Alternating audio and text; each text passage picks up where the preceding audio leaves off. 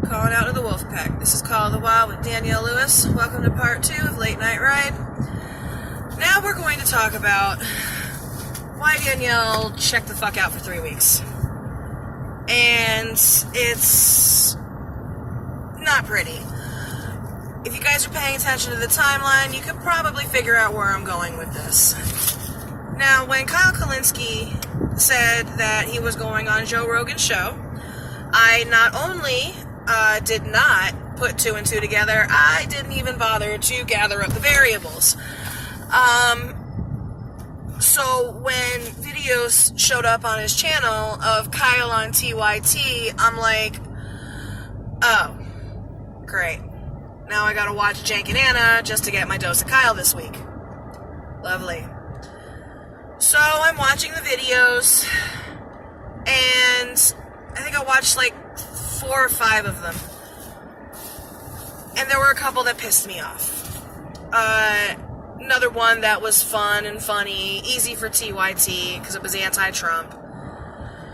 But one was the clip on Kyle's channel about him and Ana Kasparian debating trolling and free speech online.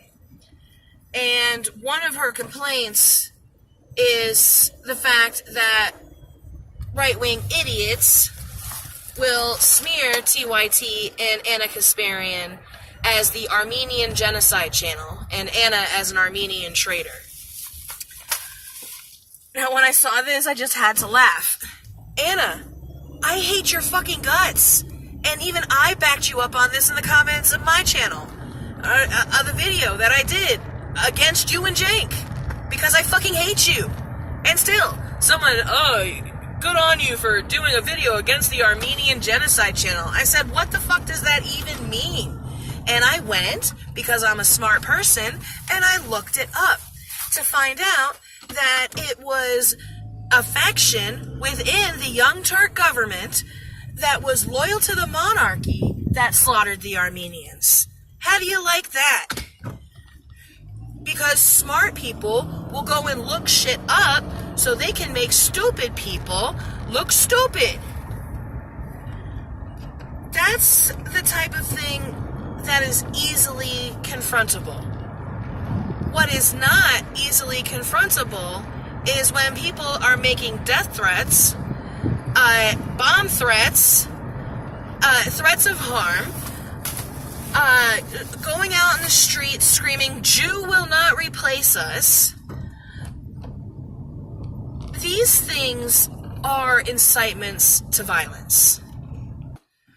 But we'll continue that train of thought later, because there's another thing that I want to talk to Kyle about.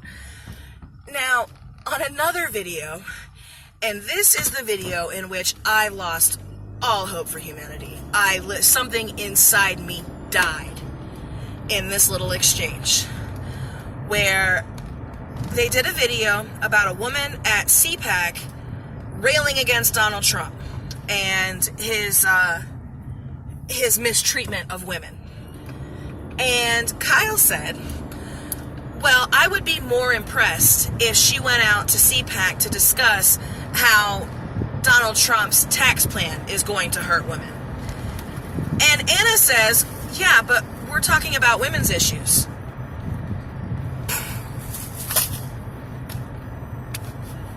Ana, raising taxes on everyone making $75,000 a year or less within a decade is a women's issue, you little fucking twit.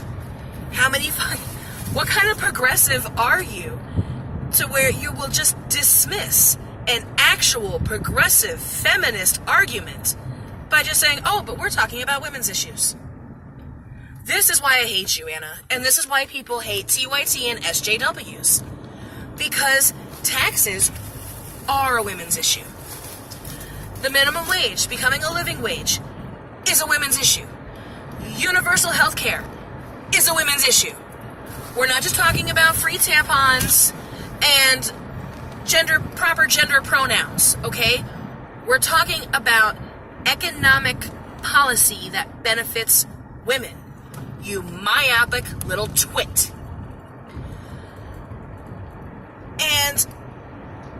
right then and there, I was fucking done.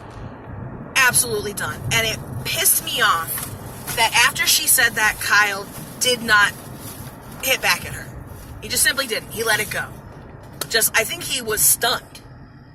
But Kyle, right-wingers say stupid shit like that all the fucking time, and you're not stunned into silence. You needed to go after her little ass for saying something so fucking stupid, so myopic, and so counterproductive. This is why people hate fucking TYT. So at that point, I was done. I did not want to watch another fucking lefty media show at that point at all. Because I'm at the point where if I have to get along with people that are pushing for World War III, and I don't want to fucking be a progressive or a lefty any fucking more. I'm just gonna be a fucking nobody with no fucking opinion. And then, after about a week, I made it a week, pat myself on the shoulder. It's really hard to turn yourself off from this. I started off watching TYT just laughing at the idiocy of Republicans and their total lack of any type of knowledge about anything, and that was fun. And in the midst of this, I became politicized. And it was after the 2016 Democratic primary where I realized that, okay, now that I'm politicized, I'm out of TYT's league. Cenk Uygur is not a progressive. TYT is an SJW outlet. They are not revolutionary. They are going to stick to their side because they only see two sides of a coin. They don't see that we have all the power. They're just going to push all of their rights away to the Democratic Party and say, lead us. Fuck the Democratic Party. Fuck TYT. They're not revolutionary. So, I was done. Absolutely done. So now, here we are, and Kyle Kulinski has been stunned into silence. Kyle, we don't need you to be silent on TYT. You need to say something like Jimmy Dore has been saying something.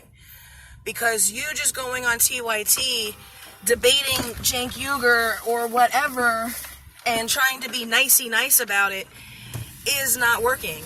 You are keeping your bridges intact with TYT, but you're burning bridges with your audience. And that's not the only thing. We're going to get back to that train of thought that I was on.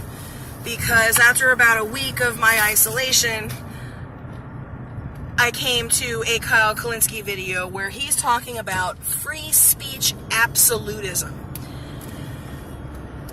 Now, I don't think he quite understands this concept, even though he's been talking about it all week long. Free speech absolutism. Kyle, there's no such thing, and you damn well know that, so stop being a pithy idiot. Just like you told Razorfist, stop being a pithy idiot. We do not have absolute freedom of speech or expression. Never have. We have already decided that as a society, that certain types of speech and expression are not allowed in the public sphere. You're not allowed to whip your dick out in the middle of fucking traffic and wave your dick around. You're not hurting anybody, but you're still not allowed to do it. You're not allowed to scream fire in a crowded theater. You're not allowed to scream bomb on a fucking airplane. You're not allowed to possess any type of child pornography whatsoever. You're not even allowed to talk about being a pedophile. So stop acting like there are things that aren't already not allowed. Just like guns, Kyle, we've already decided that there is a line. And where do we draw that line? And I am saying we need to draw that line at any type of direct violence. Now, when you scream bomb or fire, that is not a direct threat of violence. That's an incitement of panic, which can cause violence. So if you're going to go out like Alex Jones and spread lies about Hillary Clinton running a pedophile ring out of a pizza joint, and Alex Jones convinces someone to go up and shoot up the place, Alex Jones needs to be prosecuted for inciting panic and inciting violence. When Bill O'Reilly goes out there screaming, Tiller the baby killer, Tiller the baby killer, Tiller the baby killer, over and over again until someone goes out there and kills him, because Bill O'Reilly has said that so many times that people are convinced of it, that is incitement to panic. That is incitement to violence. Bill O'Reilly should be prosecuted for that. There is a difference between free speech and speech which incites panic and violence. And you need to know the difference, and you need to stop spouting off about this free speech absolutism, because it doesn't exist. And one last thing, and that was the video that I saw tonight, where Kyle finally got around to talking about the bridge collapse in Miami, Florida. To which he launches right into his "we need to fix our aging infrastructure" speech. Kyle, it was a brand new bridge with a brand new design that fell after a very short time in use. So you launching into your speech about our aging infrastructure makes me suspicious, Kyle. It sounds like you're sticking to a script, Kyle. That's fucking gross, dude. 4 people died. Many more people were injured. And if you're going to wait a week to even discuss it, you might want to have your facts straight first, instead of launching into an unrelated speech about aging infrastructure. It's disingenuous at best, Kyle, and it makes you look like an idiot, because you're continuing a narrative that the incident had nothing to do with. And that pisses me off.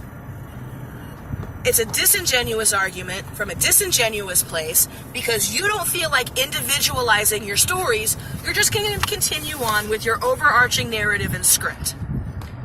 What does that remind you of, Kyle?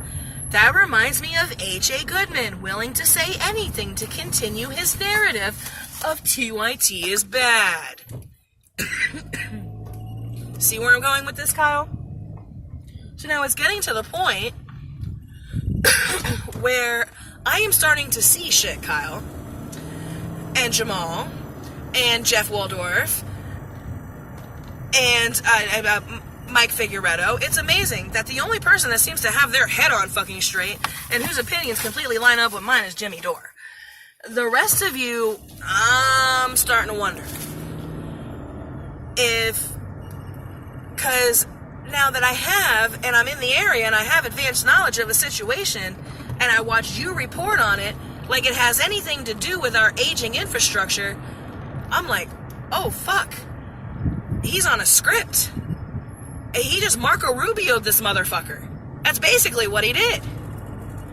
So, get your shit together, Kyle, because at this point, lefty media, between fucking Hard Bastard and H.A. Goodman and, Kyle Kulinski, you're still stumping for, what's his face? Oh, god damn it, I can't remember his name. I just had it. David Pakman. You still mention David Pakman in your videos. David Pakman's a liar. And David Pakman thinks you're a fucking idiot. So, between, everyone's got their little... No one can be honest with themselves about their friends. I am completely honest with myself about my friends. My friends are fucking pieces of shit. They're fucking idiots. I love them, but they're fucking morons.